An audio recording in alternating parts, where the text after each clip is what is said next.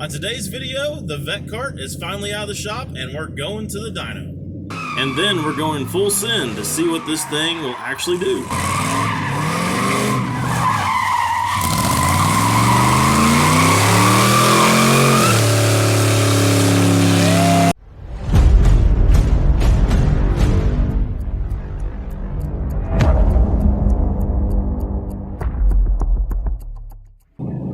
That's right, we're heading over to the dyno. This thing needs to tune something fierce. I mean, it is terrible the way it drives right now. The throttle response is almost non-existent. You gotta push the pedal like 3/4 of the way down before it'll even barely start to take off, and there's like no power whatsoever. When I did a little bit of burnout in the shop, I actually didn't have the brakes set at all, and I had the nose of the car up against the side of my forklift. And that was the only way I was able to actually get the tires to break loose. So if you had the brake on at all, it just wasn't even going to happen. So we're heading over to Polk Performance in Park City, Kansas, and we're going to get a dyno done and get some tuning action happening and get this thing dialed in to where it'll be a little bit more fun to drive. So we get this thing unloaded and strapped onto the dyno, and Dave starts checking it out and just automatically goes to tuning. This thing is so bad right off the bat that there's not even any point in even trying to get a baseline with it. So he does his magic and we get in our first pull.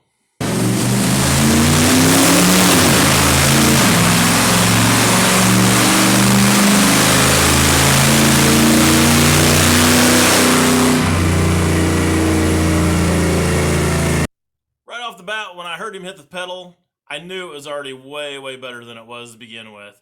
But our baseline was still pretty low at this point, and I think it was only like 130 horse, so definitely had some room to improve right off the bat.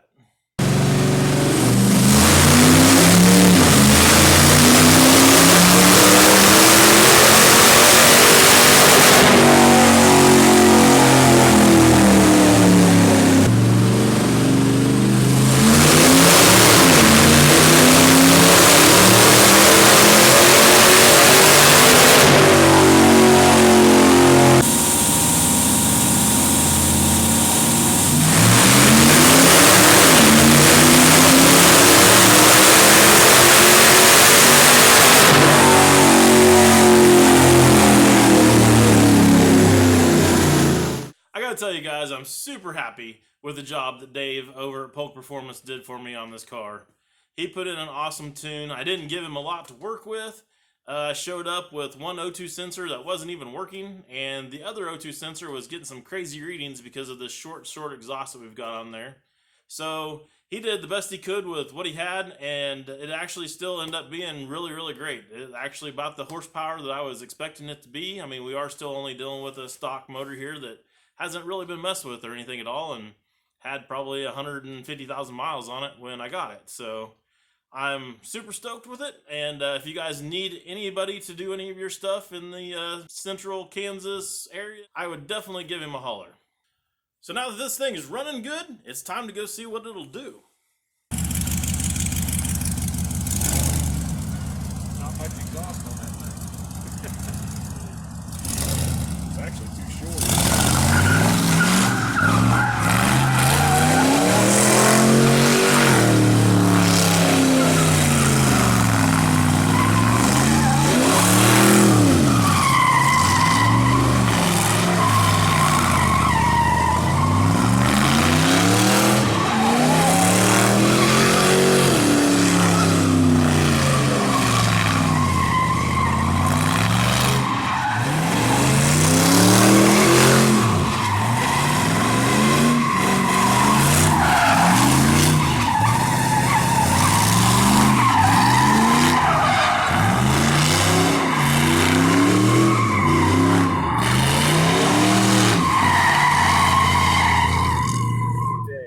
It's just fucking tires, huh? It's got some